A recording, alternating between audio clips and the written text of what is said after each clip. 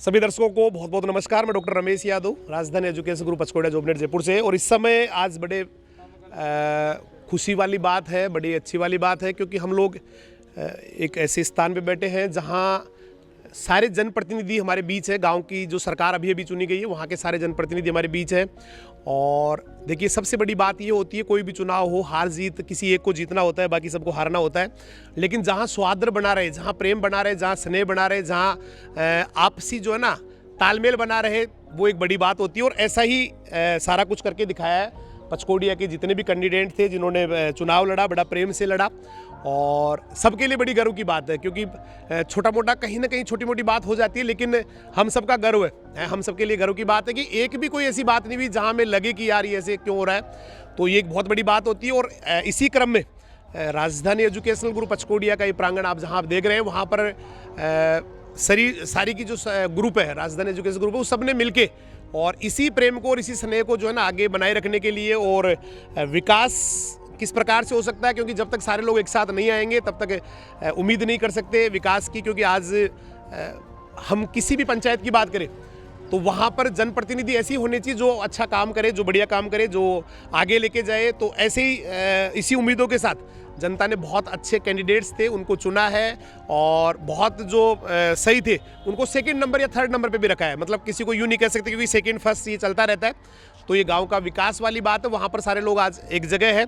तो ये परिदृश्य जो आप देख रहे हैं, एक बार सभी को दिखाए। सारे जो जनप्रतिनिधि है, जो बहुत बड़ा स्थान होता है ग्राम पंचायत का, ग्राम के विकास को लेके, क्योंकि वो गांव की सरकार होती है। और वहाँ पर योग्य लोग अगर चुन के आ जाए तो उम्मीदें बढ़ जाती है, जनता की उम्मीदें बढ़ जाती है, हर व्यक्ति की उम्मीदें बढ़ जाती है। तो यहाँ आप देख रहे हैं इस तरह से पूरा का पूरा जो जनप्रतिनिधियों का जो समूह है वो आज हम सबके बीच है और एक ही मंच पे है। बड़ी बात यह है कि एक ही मंच पे है। वो लोग भी जो जीत नहीं पाए, जिन्होंने बहुत अच्छा मेहनत किया लेकिन थोड़ा सा अंतर से वो रह गए, वो भी आपको यहाँ नज़र आ रहे हैं। और जो विजयी हुए वो भी यहाँ नज़र आ रहे हैं। थोड़ा टाइम ज़्यादा हो गया, अंधेरा हो गया, तो सीधा मैं सम्मान समारोह के लिए सीधा मैं आपको ले चलता हूँ। सबसे पहले मैं अनुरोध करूँगा माँ से कि वो आए और सरपंच साहिबा का सम्मान करते हुए माँ, और साथ साथ ही मैं अनुरोध करूंगा बाबूजी से सरपंच साहब को माला पहनाए, सम्मान करें। सांस है जब तलक ना रुकेंगे कदम, चल पड़े हैं तो मंजिल को पा जाएंगे। जान प्यारी नहीं है वतन से हमें, मरते मरते सभी को बता जाएंगे। ऐ वतन, ऐ वतन, ऐ वतन, ऐ वतन।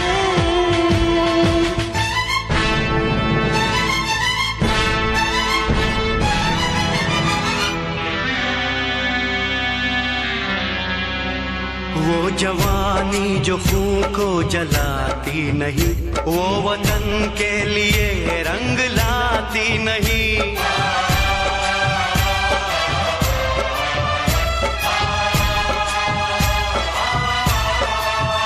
दाग लेकर गुलामी का क्यों हम जिए, क्यों हम जिए, सोच कर रातों को नींद आती नहीं।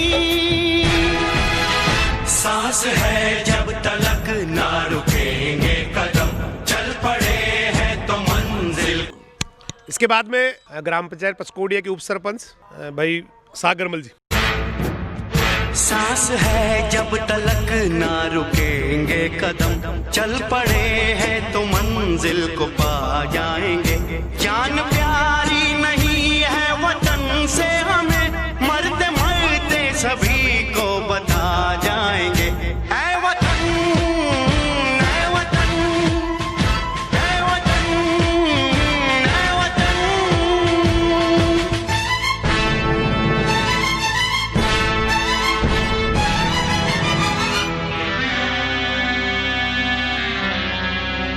वो जवानी जो खून को जलाती नहीं, वो वतन के लिए रंग लाती नहीं।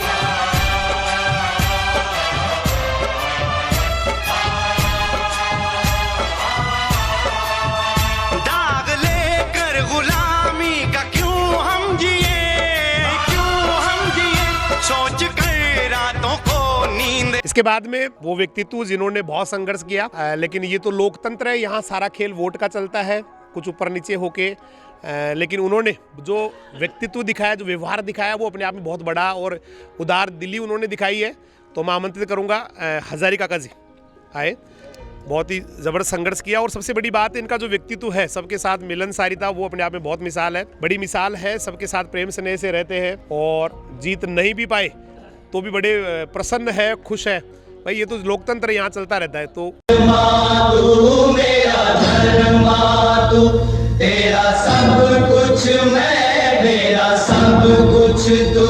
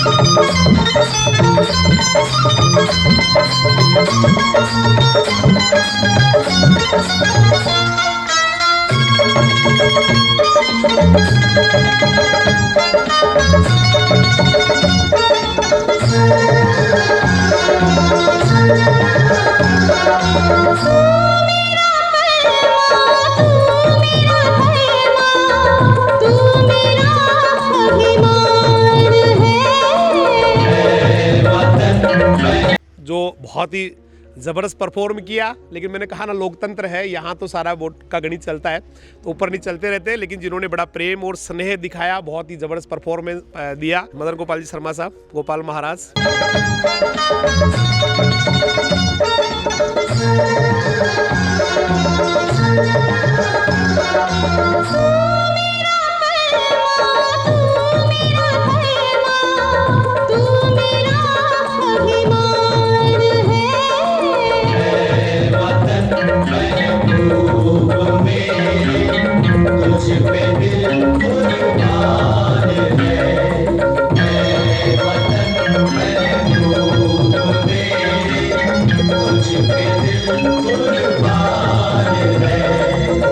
हम जिएंगे और मरेंगे ऐ वतन तेरे लिए, दिल दिया है जान देंगे ऐ वतन तेरे लिए, दिल दिया है जान देंगे ऐ वतन तेरे लिए।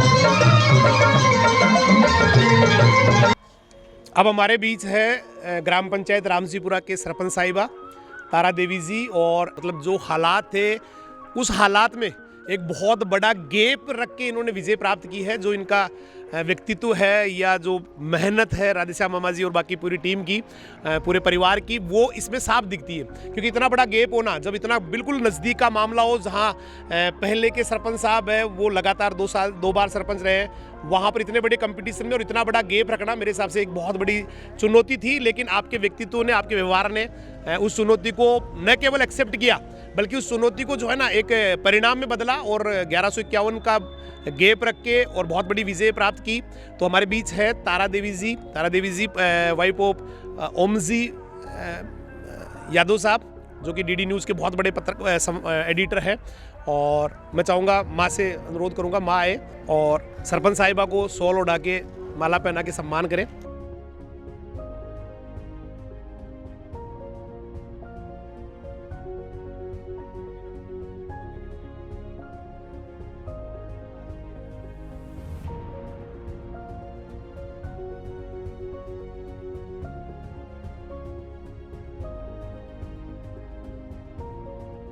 अब हमारे बीच है बहुत ही बड़े व्यक्तित्व जिनका बड़ा योगदान है इस बड़ी, जो मैं बता रहा था आपको, इतना बड़ा गैप 1151 वोट का जो गैप रहा है इतने डायरेक्ट कंपटीशन में। भाई कई बार क्या होता है, कुछ लोग चुन लेते हैं कभी कैंडिडेट या किसी कारण से किसी को इलेक्ट कर लेते हैं, तो वहाँ पर इतना बड़ा गैप आ जाता है।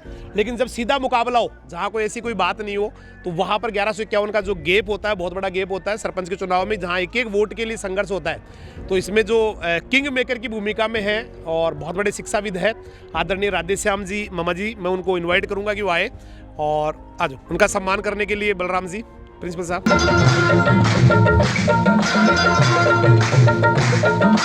हिंदू मुस्लिम सिख ईसाई हम वतन हम नाम है। हिंदू मुस्लिम सिख ईसाई हम वतन हम नाम है।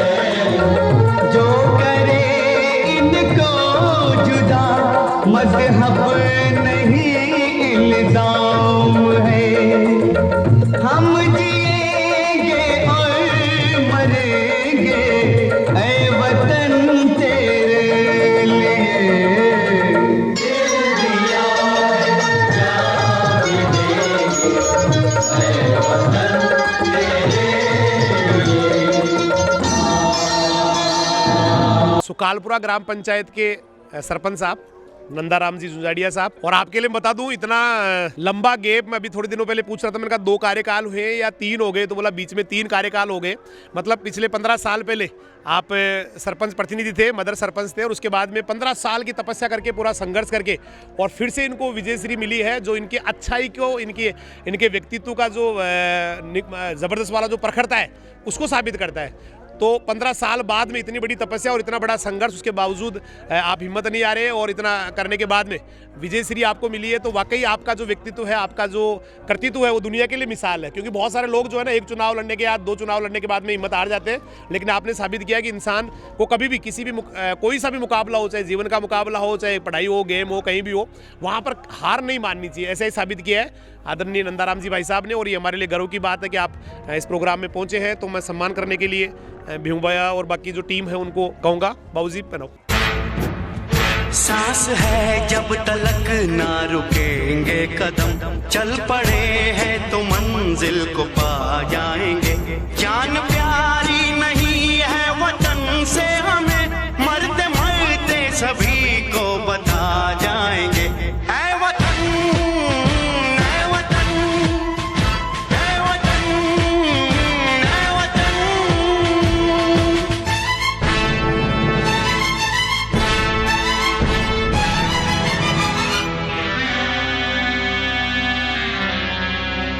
वो जवानी जो खून को जलाती नहीं, वो वतन के लिए रंग लाती नहीं। जो बाकी टीम के मेंबर हैं उनसे निवेदन करूंगा, जो बाहर से गणमान्य व्यक्ति आए उनका सबका माला पहना के सम्मान करें। इसी क्रम में पहले सुहा जी का करा लिया सब। रामू जी पारिक साहब,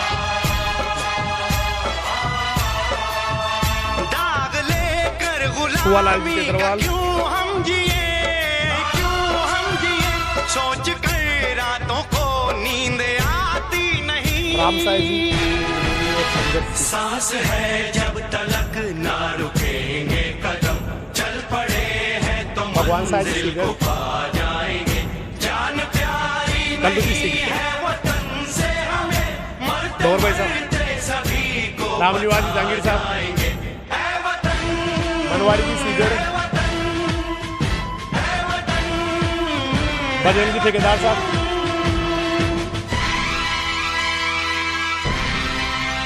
मूल जी खोड़ा साहब और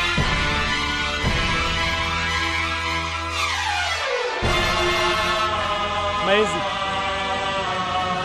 गोपाल जी गुंजाड़िया हमने तय कर लिया, लालचंद जी वर्मा हमने ले ली कसम, खून से अपने सींचेंगे अपना चमन। हमने तय कर लिया, हमने ले ली कसम, खून से अपने सींचेंगे हम ये चमन। जान लेकर हथेली पे हम चल दिए,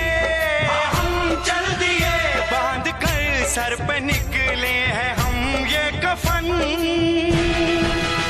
सांस है जब तक ना रुकेंगे कदम, चल पड़े हैं तो मंजिल को पा जाएंगे। जान प्यारी नहीं है वतन से हमें, मरते मरते सभी को बता जाएंगे। ऐ वतन, ऐ वतन, ऐ वतन, ऐ वतन। अजय पाल सिंह जी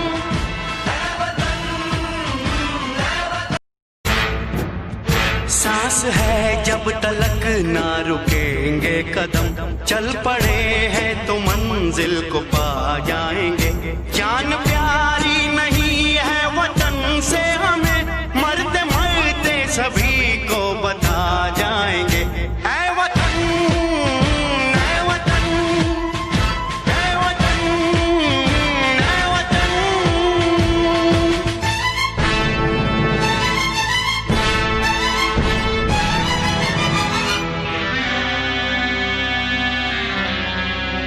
वो देख रहे थे सारे जनप्रतिनिधि, चाहे वो जीत पाए हो चाहे नहीं जीत पाए हो, एक ही मंच पे। और किसी भी गांव के विकास के लिए सबसे ज़रूरी चीज़ होती है, क्योंकि हार जीत जो है ना वो इंसान के बस में नहीं होता है। हार जीत जो है वो ये वोट बैंक है, लोकतंत्र है, यहाँ पर कोई हारता है कोई जीता है, लेकिन जीतने के बाद वो सभी के सरपंच होते हैं, सभी के जो है ना उस पूरे वार्ड के लिए वार्ड पंच होते हैं। तो यही भावना सारे लोगों ने दिखाई है और ये किसी भी गांव के विकास के लिए सबसे इंपॉर्टेंट चीज़ है, सबसे महत्वपूर्ण चीज़ है। जहाँ सारे लोग एक जगह आ जाते हैं, हार जीत वो अपनी जगह है। और ऐसी मिसाल कायम की है आज पचकोड़िया और जो पास के गाँव से जो जनप्रतिनिधि पहुँचे हैं, तो सभी का हम दिल से स्वागत करते हैं। और मैं चाहूँगा कि ऐसे मौके पर मैं स्थानीय ग्राम पंचायत के सरपंच प्रतिनिधि हीरालाल जी को बुलाऊं और वो क्या सोचते हैं गांव ग्राम पंचायत को लेके, क्या उनके आगे चल के मुद्दे रहने वाले हैं, मैं जानना चाहूँगा। आदरणीय हीरालाल जी ककरालिया साहब। ग्राम पंचायत पचकोड़िया के प्रांगण में पड़ोसी ग्राम पंचायतियों से पधारे हुए सरपंचगण, सरपंच साहिबान, बुजुर्ग, जिनको मेरा प्रणाम, मेरे से मिलने वाले मेरे साथियों को राम राम, मेरे साथियों को राम राम और छोटों को प्यार। सबसे पहले तो मैं माफ़ी चाहता हूँ कि मेरे 30 साल के कैरियर में पहली बार डॉक्टर रमेश ने मेरे को ये बोलने का मौका दिया। दूसरी चीज़ ये कि मेरी हिम्मत तो नहीं हो रही थी, लेकिन जब बच्चों को इतना आगे बढ़ा रहे हैं तो बुज़ुर्गों को बढ़ाने में इनको कोई शंका नहीं थी। इस सोच से मैं आप लोगों के बीच में दो बात करने के लिए खड़ा हो गया। पहली बात तो ये है कि आज से मतभेद भुला के, और जैसे मेरे को ये सम्मान दिया उस सम्मान के पीछे आप रहोगे, मेरी तरफ से मैं कोई कमी नहीं आने दूंगा। रही बात दूसरी, हार जीत होती रहती है, गणना ठीक नहीं है। एक चींटी से सीखो जो दीवार पे बार बार चढ़ के भी अपनी जगह प्राप्त करती है, तो इंसान तो बड़ी चीज़ भी नहीं है। जैसे मेरे भाई नंदलाल ने संघर्ष किया 1 बार 2 बार 3 बार। दूसरे मेरे साहिबान रामजीपुरा से आए, इन्होंने संघर्ष किया 1 बार नहीं दूसरी बार। जनता के बीच में रहोगे, जनता आपको आगे बढ़ाएगी और हमेशा जनता से मिलजुल कर काम करो। और भाई लोगों को मैं ऐसा नहीं दिन दूंगा जो मेरे विषय में अगर कोई छोटी मोटी गलती भी हो जाए तो मेरे भाई मेरे को कुछ आगे बढ़ाने की सोच विचार रख कर मेरे को साथ लेके रहोगे तो मैं मेरी तरफ से कोई कमज़ोरी नहीं आने दूंगा। यही मेरा कहना है। धन्यवाद।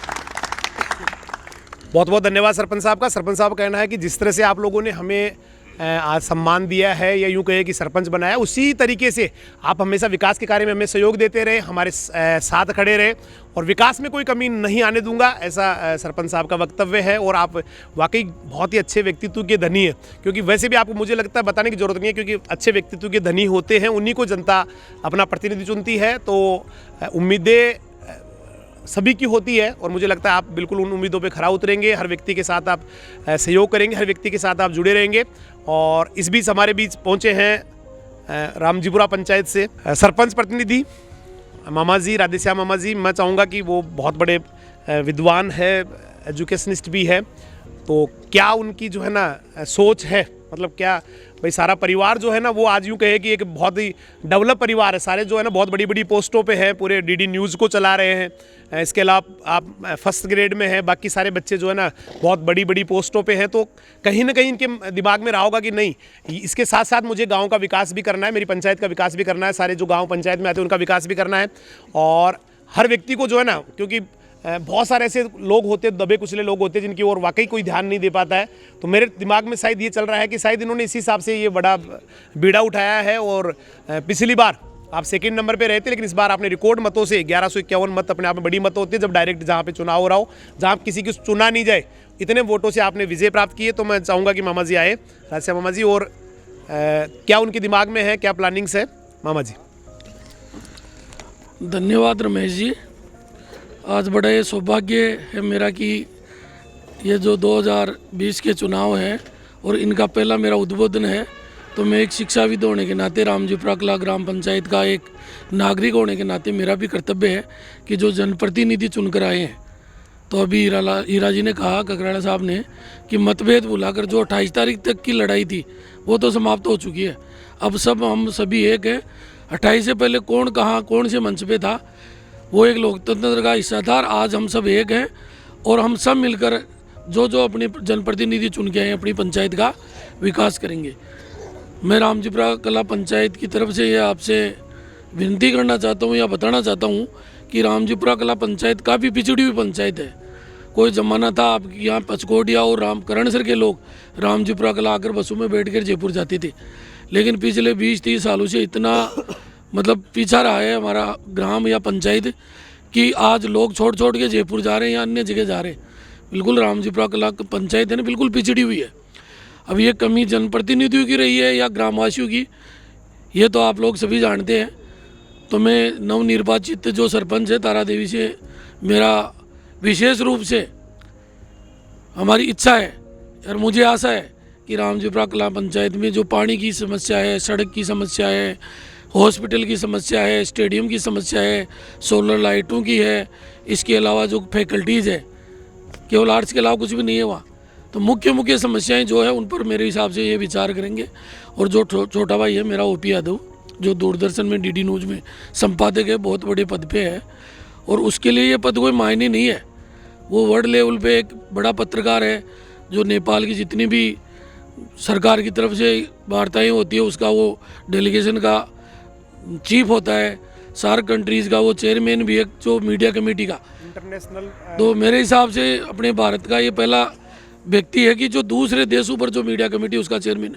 तो एक सरपंच पद कोई मायने नहीं रखता, जानकारी खूब है, लेकिन ये एक सरपंच जो पद है ना, मैं से जितने भी सरपंच लोग हैं उनसे मेरा ये आग्रह है कि सरपंच का पद अगर माना जाए ना तो संसद से कम नहीं है, लेकिन लोग समझने वाले तो इसको समझ गए और बहुत अपना तरक्की करवा लेते हैं। बाकी लोग 5 साल एक सपने की रात होती है और 5 साल गुजर जाते हैं और फिर आगे खड़े होते हैं लाओ वोट दो, तो जनता उसको फिर सीट से उतार देती है। तो 5 साल बहुत होता है। अगर ओपी का जो मेरे उससे कंसल्ट था, बातचीत थी, तो कोई भी काम है जैसे सरपंच होता है उसके पास हर तरीका का पावर होता है। अगर पैसे सेंक्शन करा दे उसका 100 में से एक तो 100 पैसा लगे और 100 में से 50 पैसा लगे, एक जितने भी रास्ते हैं तो वो सरपंच के पावर में होता है। पैसे सेंक्शन हो गए और लगाने वाला कौन, विवाद हो गया, तो ऐसे कई काम हैं तो वो सरपंच के पद के बिना नहीं होते। तब उसने फैसला किया कि मेरे को समस्या तो बहुत आएगी, लेकिन अपन जब यहाँ जन्मे हैं तो गांव के कुछ विकास के लिए अपन करें। तो मुझे उम्मीद है कि वो सब जो बातें मैं बता रहा हूँ तो सरपंच साहिबा या जो ओपी है तो हमारी पंचायत को आगे ले जाएंगे। और जैसे आसपास की पंचायतों के जितने भी जनप्रतिनिधि है तो उनकी जनता का बहुत ही उन पर मतलब इतना ज़्यादा विश्वास है कि बहुत ज़्यादा आगे पंचायत को ले जाएंगे। अब जैसे कोरोना काल चल रहा है तो आप ये समझो कि इतनी बेरोजगारी की समस्या हो गई जिसकी कोई सीमा नहीं है। लोगों के पास रोजगार नहीं है, खाद्य सुरक्षा में लोगों के नाम नहीं है, पेंशनें रुकी हुई है, किसी भी प्रकार के काम नहीं हो रहे। और जो जनवरी में चुनाव हुए थे ना, उनको 8 महीने हो गए, वो सरपंच वहीं की वहीं बैठे हैं, एक पैसे का काम नहीं हुआ। तो चुनौतियाँ आपके सामने बहुत है। उन चुनौतियों का आप सब मिलकर और दबाव बना के, क्योंकि सरकार के पास पैसा नहीं है, जो भी पैसा है वो सारा कोरोना में खर्च हो रहा है। तो आप लोगों के पास बहुत ज़्यादा समस्याएं हैं। उन समस्याओं का अपन सब मिलकर, आप लोग मिलकर यूनिटी बनाकर, अपने विधायक हैं, MP साहब हैं, जो भी अपने जनप्रतिनिधि हैं, उनसे ऊपर वालों से दबाव बनाकर जितना आप पंचायत में पैसा लाओगे, जितना विकास करोगे, उतना ही आप लोगों के लिए भी अच्छा रहेगा। और हमारा एरिया है ना, जो जयपुर से मात्र 50 किलोमीटर पे है, लेकिन यहाँ की हालत देखो आप, कितनी सड़कें बिल्कुल टूटी हुई है। पानी के लिए 70 साल से आज वही समस्या है। और जो खारा पानी है, फ्लोराइड युक्त पानी है, तो ये बीमारियां हैं ना जो अपन सब मिलकर लड़ेंगे। एक्शन है, AC है, जितने बड़े अधिकारी आप लोगों की समस्या के समाधान के लिए बैठे हैं, लेकिन आप लोगों की कमी के कारण वो लोग आनंद में मज़े मार रहे हैं। तो ट्यूबवेल बना रखे हैं, ठेकेदारों को दे रखा है, अब वो ट्यूबवेल 6 महीने से बंद पड़े। तो वो समस्या है जो अपन सब लोग मिलकर उनको दबाव बनाएंगे ना। ठेकेदार पैसे उठा लिया साहब, मोटर जली हुई है 3-3, 4-4, 10-10 दिन तक मोटर का उसका रिपेयर नहीं होता है। तो ये आप लोगों को समझना है, जनता के बीच में रहोगे ना, और इन समस्याओं का एक एक समस्या को अगर अभी से लोगे ना आप, तो आगे आपका कोई करने वाला नहीं है। वरना आप संघर्ष भी करते रहोगे और आपका नाम लेने वाला कोई नहीं बचेगा। फिर नए सरपंच को जनता क्या चाहती है? जनता काम चाहती है साहब। न जाति से मतलब है, न किसी और से मतलब है, उनको मतलब है काम से। तो जनता अपने ऊपर आप पर बहुत भरोसा किया है। उस भरोसे को बनाए रखने के लिए आप लोगों का मेरे को विश्वास है कि आप उस पे खरे उतरेंगे। और आने वाले समय में अपनी आसपास की ग्राम पंचायत और अपन सब मिलकर जितनी जिसकी जानकारी और दबाव बनाओगे ना, तो लोकतंत्र है साहब, वोट की कीमत है। 1 लाख में से 1 वोट भी कम रह गया तो ये समझ लो वो हार गया, और जो 1 वोट अधिक ले गया वो जीत गया, वो पूरे 5 साल राज करेगा। तो मेरे कहने का आशय यह है कि आप जनता को साथ में लेके अधिकारियों से दबाव बनाओगे, अपने काम के लिए डिमांड करोगे, वरना कुछ नहीं होगा साहब। 5 साल ऐसे निकल जाएंगे, अपन ठगे के ठगे रह जाएंगे, और वही पहला दिन रहेगा। 70 साल में पानी की समस्या का समाधान नहीं हुआ। गांव-गांव में बड़ी बड़ी जो ज़रूरतमंद सड़कें आज तक नहीं बनी, और जो बन रही है वो इतनी घटिया क्वालिटी की बन रही है कि साल भर में उखड़ के सरपंच साहब और सब आँख में इंच के कर लेते हैं, रईयन जैन वगैरह, उसमें कमीशन खा लेते हैं। तो मेरा निवेदन है आप लोगों से कि हर चीज़ को बारीकी से देखें। ये जनता की सेवा का मौका है, न कि अपने रोज़गार का है। वरना ये 5 साल का रोज़गार फिर गायब हो जाएगा, और दूसरे लोग फिर आके सीट पे बैठोगे। और निस्वार्थ अगर सेवा करेंगे ना आप लोग, तो आपको कोई हराने वाला नहीं है। जय हिंद, जय भारत। बहुत बहुत धन्यवाद। सीधी एक ही बात है कि जिस लेवल पे आज ओम जी है, उस लेवल पे मतलब कोई पद की लालसा नहीं थी, मामा जी ने कहा, लेकिन केवल एक ही दिमाग में था कि समाज की सेवा करनी है, गांव की सेवा करनी है, पंचायत की सेवा करनी है, उस दीनहीन की सेवा करनी है जो कहीं दबे कुचले कहीं रह रहा है, उसकी कोई सुनने वाला नहीं है। रोडों की समस्याएं हैं, पानी की समस्याएं हैं। तो इन सब मुद्दों को लेके दिमाग में आया कि जब एक प्रतिनिधि के रूप में हम काम करेंगे तो एक बहुत अच्छा प्लेटफॉर्म होगा, और यही मकसद था। बहुत बहुत धन्यवाद मामा जी का। और अब हमारे बीच है जिन्होंने, मैंने अभी आपको बताया, जिनका बहुत बड़ा संघर्ष है। अब कभी मेरे जो मोटिवेशनल प्रोग्राम होते हैं वहाँ कभी मैं कोट करूँगा, कभी मैं इस बात को बताऊँगा, तो मेरे लिए एक बड़ा एग्जाम्पल है नंदाराम जी झुंझाड़िया साहब, जिन्होंने हिम्मत नहीं आ रही और पिछले 3 बार के जो चुनाव है वहाँ आप जो है ना विजय श्री को प्राप्त नहीं कर पाए, या यूँ कहे कि आप चुने नहीं गए, लेकिन बावजूद इसके आपने हिम्मत नहीं आ रही और जनता की सेवा करते रहे, जनता के साथ जुड़े रहे। और उसी जुड़ाव का परिणाम है कि 15 साल बाद में आप फिर से मुंडोती ग्राम पंचायत के सरपंच चुने गए। और व्यक्तित्व के लिए मैं बता नहीं सकता, इनका जो अभी जस्ट आपको कह रहे थे कि बड़ा मुझे भाई रमेश जो है ना मेरे को हमेशा प्रणाम करता है, धोख लगाता है। भाई साहब, आपके व्यक्तित्व से मैं उस समय से वाकिफ़ हूँ जब आप 8वीं क्लास में पढ़ते थे। मुझे हो सकता है आप भूल गए होंगे, लेकिन मुझे पूरा का पूरा याद है। गोम भाई साहब और आप लोग साथ पढ़ा करते थे, और एक छोटा सा जो है ना एक युद्ध सा हो गया था एक बार, मुझे आज भी वो सीन याद है ना, जिसमें कोई छोटी सी हो गई थी। और वो उस समय से लेके आज तक मैंने जो आपका व्यक्तित्व देखा वो वाकई अपने आप में ज़बरदस्त है। और ये जो विजय है वो आपके व्यक्तित्व की, आपके मेहनत की, आपके अच्छाई की है। तो मैं आमंत्रित करूंगा और मैं जो है ना निवेदन प्रार्थना करूंगा भाई साहब से कि आए और क्या उनके दिमाग में चल रहा है और कैसे ये विजय प्राप्त की, थोड़ा सा सबको जो है ना मार्गदर्शन दे आदरणीय भाई साहब। धन्यवाद रमेश जी, आपने हमारे को यहाँ बोलने का मौका दिया। ग्राम पंचायत पचकोड़िया और मुंडोती कोई अलग अलग नहीं है, ये कहने का मतलब एक ही परिवार की तरह है और पंचायत समिति जो वार्ड है वो भी एक ही है, इसलिए इनमें कोई ज़्यादा वो नहीं है कि दोनों के समकक्ष सारे वहाँ के लोग और वहाँ के लोग दिन भर में एक ही जगह रहते हैं। रही बात रमेश जी ने जो मेरे को बताई, मेरे मामले में मैंने जो कुछ सीखा वो छोटी बात नहीं है, मैंने रमेश जी से भी बहुत कुछ सीखा है।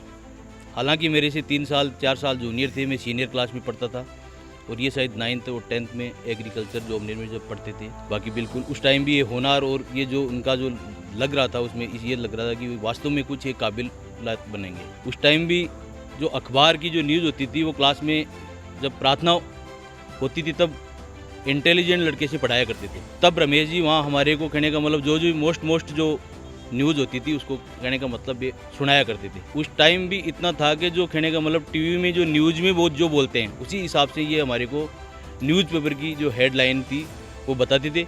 एक शब्द अशुद्ध नहीं था और लास्ट के अंदर इन्होंने कहने का मतलब काफ़ी संघर्ष करते हुए इस मंजिल पर पहुँचे। इसी मुकाम पे कहने का मतलब इन्होंने जो हासिल किया वो इनकी कहने का मतलब बहुत ही कहने का मतलब मैं इनकी बहुत प्रशंसा करता हूँ और हिम्मत नहीं हारी। रही बात मेरी, तो मैंने कहने का मतलब जो मेरे जीवन में मेरी माताजी 99 के अंदर सरपंच चुनी गई थी, उनका कार्यभार मैं संभालता था। मैंने निष्ठा से कार्यभार संभाला, गरीबों की सेवा की, नीचे तबकों के लोगों को साथ लेके चलता था। कभी गरीब के को देखता था तो मैं सबसे पहले उसी की सुनता था। बुढ़ा आदमी चाहे वोट उसके पास 10 नहीं हो, एक ही हो, मगर उसकी बैठ के बात सुनता था और उसको कहता था कि तेरा बेटा हूँ मैं, तो कभी भी कहने का मतलब आधी रात का कहने का मतलब कहेगी तो मैं तेरे लिए तैयार हूँ। आते भी थे, जाते भी थे। करीब कहने का मतलब जो वृद्ध आदमी थे तो उस टाइम का मैंने 250 वृद्ध और असहायों की कहने का मतलब पेंशन मैंने बंधवाई थी, ताकि वो कहने का मतलब 10 रुपये 5 रुपये अपनी बेटी आए या कोई अपना खर्चा चलाए तो उससे अपना वो चलाते रहें, ताकि उन्होंने कहने का मतलब विश्वास रहा। नेक्स्ट डे कहने का मतलब जो चुनाव आया उसमें गरीब जनताओं ने मेरे को वोट दिया। बाकी कहने का मतलब 11 वोटों से मैं असफल रहा। तो मैंने विश्वास किया कि जनता की जो सेवा की है उन्होंने अपने को वोट दिया है। बाकी कई कारण हो सकते हैं कि अपन चुनाव हार गए, बाकी जनता आज भी अपने को दिल में बिठा के रखती है। वही उनकी आगे सेवा करने की निष्ठा से मैं फिर कहने का मतलब उनकी निरंतर करता रहा और आगे बढ़ता रहा। फिर मैं असफल हुआ दूसरी बार, तीसरी बार कहने का मतलब फिर कहने का मतलब वो अकस्मात मानो या कोई कारणवश मानो कि कहने का मतलब कोई बात हो गई और उपचुनाव हुए। उपचुनाव में मैंने कहने का मतलब सच्चाई को देखते हुए मैंने कहने का मतलब उपचुनाव का फैसला लिया और उपचुनाव मैंने करवाया। उपचुनाव में फिर मेरी असफलता रही, उसमें कई कारण रहे। फिर मैंने आगे सोचा कि जनता अपनी साथ है और हम आगे से आगे कहने का मतलब बढ़ेंगे और ये जनता अपने विश्वास को कायम रखते हुए अपने को फिर से विजय दिलाएगी। तो जो बाकी की कमी पूर्ति है वो पूरी करूँगा और लास्ट में जा कर के ये मेरा चौथा चुनाव है। ये मेरा खुद का चौथा चुनाव है और मेरी माँ समेत 5वां चुनाव है। चौथा चुनाव में जनता ने कहने का मतलब जो कुछ देखा, जो कुछ कहने का मतलब उसकी समझ में आई कि कहाँ गलतियाँ मैंने की, कहाँ जनता ने गलती की, वो सब कुछ भूल करके उन्होंने भारी मतों से मेरे को विजय दिलाया। और मैं आज बिल्कुल ग्राम पंचायत मुंडोती का गदगद हूँ और आगे ग्राम पंचायत मुंडोती की जनता ने जो मेरे को भारी मतों से विजय दिलाया उनका कहने का मतलब मैं ब्याज सहित कर चुकाऊँगा और उनके विश्वास को कायम रखूँगा। जय हिंद, जय भारत। बहुत बहुत धन्यवाद। मतलब संघर्ष जो इतना लंबा रहा उसके बावजूद आप हिम्मत नहीं हारे और आखिरकार आप विजयश्री आपको मिली, जनता ने आपको चुना। और उसी हिसाब से मैंने कहा ना, उम्मीदें भी बढ़ जाती है आदमी की, क्योंकि सरपंच अपने आप में एक बहुत बड़ा पद होता है। बाकी उसको देखा जाए तो बहुत ज़्यादा एक पावर्स होते हैं, जनप्रतिनिधि होता है, गाँव का जो है पंचायत का मुखिया होता है, तो वहाँ पर उम्मीदें। और जैसा कि राधेश्याम अम्मा जी ने बताया कि आदमी अगर अच्छा करना चाहे, क्योंकि ये तो 5 साल है, उसके बाद में फिर कोई दूसरा आ जाना है। अगर आपने अपने आप को साबित नहीं किया तो मेरे हिसाब से दिमाग में हर व्यक्ति के यही होना चाहिए कि मुझे परमानेंट जो है ना इसके ऊपर आना है। और परमानेंट वही व्यक्ति आ सकता है जो जनता के बीच है या जनता के साथ है या जनता के दुख दर्द में तैयार रहने वाला है, न कि चुनाव जीतने के बाद में जो है ना भूल जाना, या क्योंकि जनता सब देखती है। देखिए एक्चुअली होता क्या है कि आदमी कभी किसी चीज़ की शिकायत करने नहीं जाता। किसी दुकान पर अपन सामान लेने जा रहे हैं या कुछ भी करवाने जा रहे हैं तो ज़्यादातर 90% लोग कभी उसकी शिकायत करने नहीं जाते, वो दुकान ही चेंज कर लेते हैं। तो ये सरपंच हो चाहे कोई भी हो, आदमी चेंज कर लेते हैं, वो शिकायत करने नहीं जाते। आपको कई बार लगता है सरपंच साहब को कि मुझे कोई कहने ही नहीं आ रहा, इसका मतलब मैं सही हूँ, है ना। लेकिन एक्चुअली सही आपको जो है ना अपने आप को साबित करना पड़ेगा हर व्यक्ति के साथ, हर दुख दर्द में। नहीं तो जनता 1 मिनट लगाती है। बड़े बड़े जो धुरंधर थे जिन्होंने कहा कुछ नहीं हो सकता उनको सबको, तो मेरे हिसाब से क्योंकि ये बड़ा मौका होता है और काफ़ी सारे ऐसे मैंने लोग देखे हैं, आपने भी काफ़ी सारे लोग देखे जो स्थायी सरपंच है, मतलब उनके 5 पीढ़ी से लगातार वही बनते आ रहे हैं, दूसरा हिम्मत ही नहीं कर पाता फार्म। तो वो कहीं ना कहीं उनमें अच्छाई है और आप लोगों को भी जनता ने, हम सब ने यही अच्छाई आपके अंदर देखी है, इसलिए आपको चुना है। तो हर व्यक्ति के दुख दर्द में कभी किसी को भूलना नहीं चाहिए, क्योंकि एक गरीब ऐसा जिसका कोई नहीं होता, वो उम्मीद करता है कि मेरे जो जनप्रतिनिधि हो मेरी मदद करेंगे, मुझे जो है ना न्याय दिलाएंगे, या मुझे जिस योजना का लाभ नहीं मिल रहा वो योजना का लाभ दिलाएंगे, जो चीज़ें जिससे मैं पूरा फ़ायदा मुझे नहीं मिल रहा वो फ़ायदा दिलाएंगे। तो ये इस सोच के साथ और सारे के सारे जो व्यक्तित्व जो हमारे बीच हैं वो अपने आप में बहुत ही महान है और अच्छा ही करने वाले हैं, सबके लिए अच्छा करने वाले, सबके लिए बहुत बेहतरीन करने वाले हैं। तो इसी शुभकामना के साथ अगर आप में से कोई और व्यक्तित्व कोई अपने विचार रखना चाहे, कुछ बोलना चाहे तो सादर आमंत्रित है। इसके बाद में खाने का प्रोग्राम है और सभी से मैं हाथ जोड़ के निवेदन करूंगा, क्योंकि इतनी बड़ी गुस्ताखी हमें करनी नहीं चाहिए कि आप प्रोग्राम यहाँ कर रहे हैं और खाने के लिए भाई आप वहाँ उधर चल रहा है, लेकिन वहाँ क्या थोड़ी बैठक व्यवस्था ठीक है भाई, आराम से बैठ के बात भी कर लेंगे, वहीं खाना खा लेंगे। तो मैं सबसे हाथ जोड़ के बिल्कुल करबद्ध पैर पकड़ के कहूँगा कि आप खाना लेके स्कूल में तैयार है खाना, तो खाना लेके ही सारे लोग जाएंगे। और सीधा माफ़ी मैं इसलिए मांग रहा हूँ क्योंकि होना यही चाहिए था कि भाई यहीं बैठ के आराम से हम खाना खाते, लेकिन वो सारी व्यवस्थाएं वहीं पे है, पूरी भाई मेस है तो वहाँ सारी सुविधाएं हैं, तो इसलिए वो वहाँ किया हुआ है। तो सभी सीधा वहाँ चल के और खाना लेंगे। और अभी भी किसी को लग रहा हो कोई 2 शब्द कहने हो, कोई दिमाग में चल रहा हो उप सरपंच साहब के या और कोई, और फिर मैं सबसे लास्ट में सभी का धन्यवाद दूंगा कि आप लोगों ने केवल हमारे एक आग्रह को, है ना, आपने स्वीकार किया और हम जैसे नाचीज़ के घर आप पहुँचे और हमें इतना जो है ना कृतज्ञ किया। इसके लिए मैं सभी जनप्रतिनिधियों का और जो बाहर से पधारे हैं सारे के सारे लोगों का, उनका मैं हाथ जोड़ के अभिनंदन करता हूँ, सभी को धन्यवाद देता हूँ। बहुत बहुत धन्यवाद।